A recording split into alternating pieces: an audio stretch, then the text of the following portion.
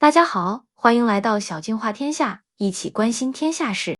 近期江学勤教授在接受海外媒体访谈时，继续聊到伊朗战争对各个国家的影响。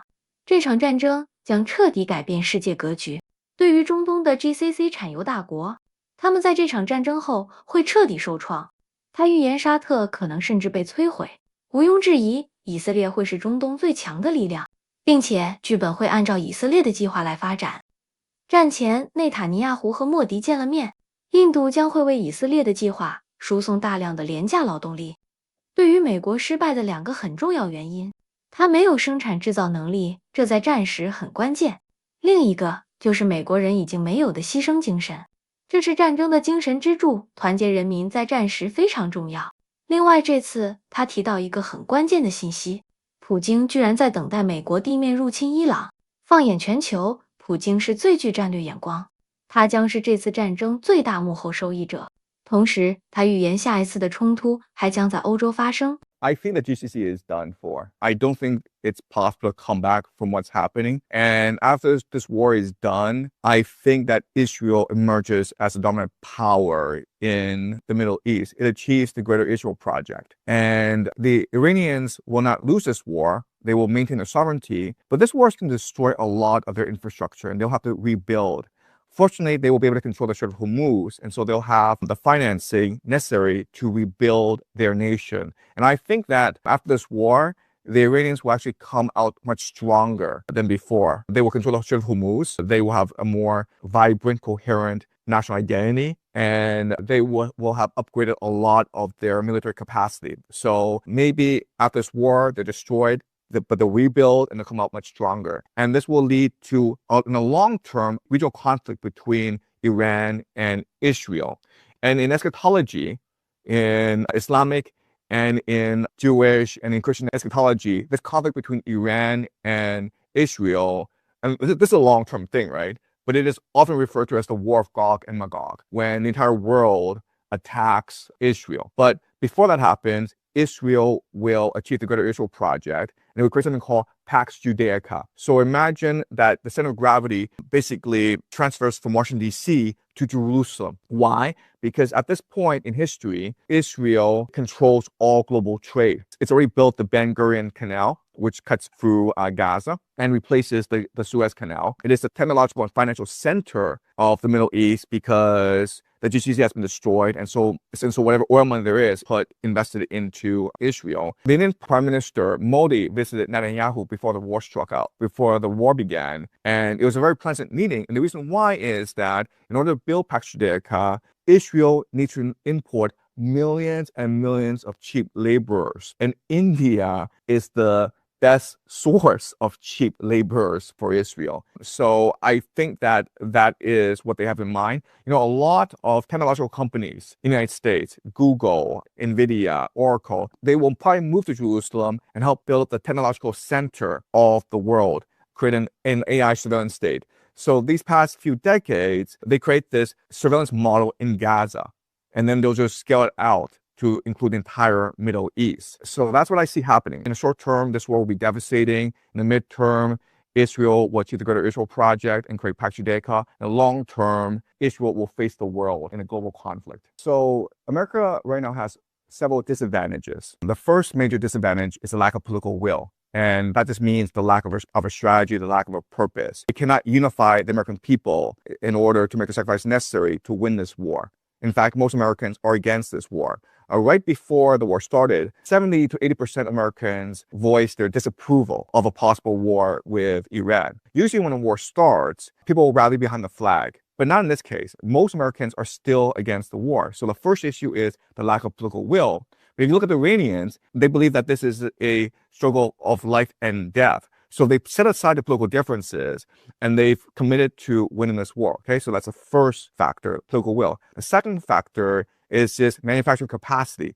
So these past 30, 40 years, America went from a manufacturing-based economy to a financial-based economy, and they export their manufacturing capacity to China. Now, when you fight a war, what really matters is your capacity to produce ammunition, to replenish your munitions, logistics. And America doesn't have the manufacturing capacity to fight a long war. In fact, what's happening already is that America is cannibalizing munitions from other parts of the world. They are now transferring munitions from South Korea over to the Middle East, which is stupid to do because now you've basically opened more flanks, opened more vulnerabilities throughout the world. So manufacturing capacity is a very important factor. On the other hand, Iran uses drones and ballistic missiles. And we know that Iran is able to manufacture about 500 drones a day. And quite honestly, you only need to have 10 drones hit their targets in the Middle East every single day in order for the GCC to cry uncle. So manufacturing capacity is a very important factor as well. And the third factor is that America is hamstringed by a lot of political considerations. So because they lack political will, they do not want to take too many casualties, right? So Trump has said that 6 Americans have died in this war so far. There's just absolutely no way this is true. We are hearing rumors that there are a lot of casualties being flown to Germany to try to disguise the fact that in the Middle East, many Americans are dying. But this tells us that America has absolutely no appetite to sustain any casualties. If you refuse to have any casualties, how are you going to fight a war? On the other hand, the Iranians are very eschatological. They are very religious. They are Shia Muslim, and they're not afraid to die. In fact, they believe it is the highest honor to martyr yourself for the higher good. And the clear example of this is the Ayatollah Khamenei, who was killed in the first day of strikes.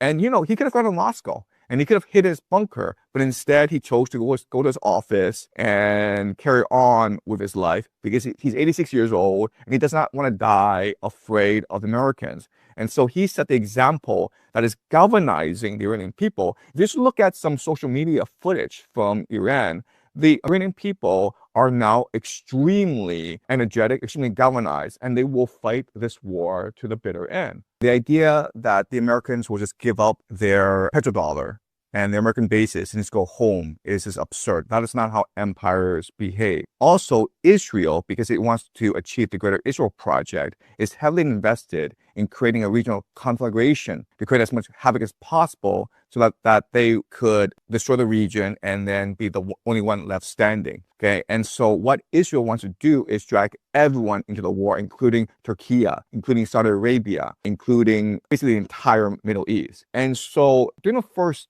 couple of days, there was reporting that an Iranian drone had struck a Saudi Aramco oil facility. And so Aramco closed down all its energy production. But then later reporting came out to reveal that actually the drone came from Lebanon. So it didn't come from the east, it came from the west, which meant Israel. People severely underestimate Israel because it is a small nation in a desert with very few resources. But the real wealth of Israel is the Jewish diaspora spread all around the world. They are extremely well educated, they're technologically savvy, and they are extremely united. They believe in Greater Israel Project. So it's possible for Israel to draw on basically unlimited financing, on the most advanced technology, on political support from all over the Jewish diaspora. And I think that once this war is over, Israel will have no peer competitor in the Middle East, meaning that Saudi Arabia will probably be destroyed and Turkey will severely weaken in the process. I'll be honest with you, I have very little hope for Turkey. It has suffered a great deal under Erdogan. If you go back and look at how Erdogan came to power and how he cemented power, I believe it was in the what year was it, 2018 coup? Anyway, my point is that Turkey is an extremely corrupt and ossified society that is a paper tiger. And if Turkey were to enter this war, you'd be surprised by how badly it does. So Israel, in other words, doesn't have a regional competitor. Iran will be a competitor in the future, but that is in the future. Look, I personally think that of all the world leaders, Vladimir Putin is the only one with a grand strategy. He's a very capable leader, and he sees the big picture. He plays chess. And so what he's waiting for is a U.S. ground invasion of Iran. That's what he's waiting for. Because once the United States sends in ground troops, then the United States is all in. It can't extricate itself from the situation. And at any point, the United States can stop this air campaign and say, you know what? We killed the Ayatollah. We destroyed the Iranian nuclear threat. So we're going to go home, guys. Goodbye. But once the United States sends in ground troops, then it's locked in to this Iranian quagmire for 5 to 10 years, and there's no escaping. It'll be like another Vietnam. This gives Putin and Russia the perfect opportunity to move towards Odessa, which is the real goal and the end goal of this war in Ukraine. Because once they have Odessa, then they have basically achieved all their major military objectives. And so what's going to happen is the Europeans will have no choice but to defend Odessa to the last European. And that's where the next major conflict will be, the siege of Odessa. There will be 3 major trends that follow from this. The first major trend is deindustrialization, because you don't have access to cheap energy.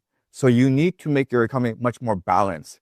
Before we had the growth of urban centers, which engage in the knowledge economy, which engage in AI, in EV, in solar panels. But all of that requires access to cheap energy, which is what the Middle East provided. But now that the Middle East is going to be destroyed or be engulfed in war for the next 10, 20 years, you have to deindustrialize.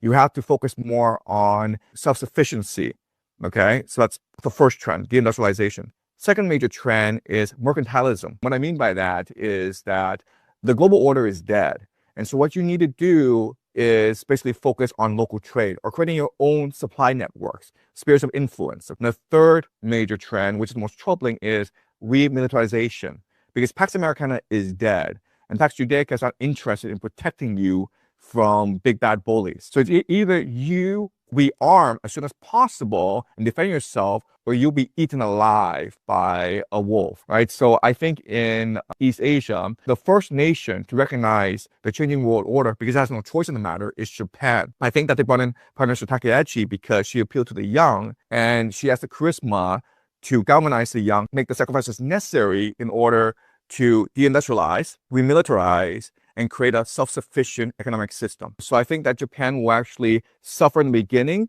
but they will actually be in the forefront of global change. And nations that absolutely refuse to make these 3 necessary changes will be the most likely to suffer. And quite honestly, I have very little hope for my own country, which is China. I think that because of these changes, Japan will start to emerge as the local hegemon, while China is still stuck to the old global order. But in the short term, what this means is that the United States and China will have a rapprochement, okay? So even though this war has started, Trump will still visit Beijing March 31st at the end of this month for a 3-day state visit. And I think that people will be surprised by how friendly and productive this meeting will be. And in fact, actually this year, there are scheduled 3 major summits between China and the United States. And so I think that both nations are working towards a rapprochement in order to repair the global order. But there's no saving the global order. It's dying. And so if you omit this reality and commit to revamping society, deindustrialization, remilitarization, and moving towards a self-sufficient economy, then you are much more likely to weather the storm that is coming.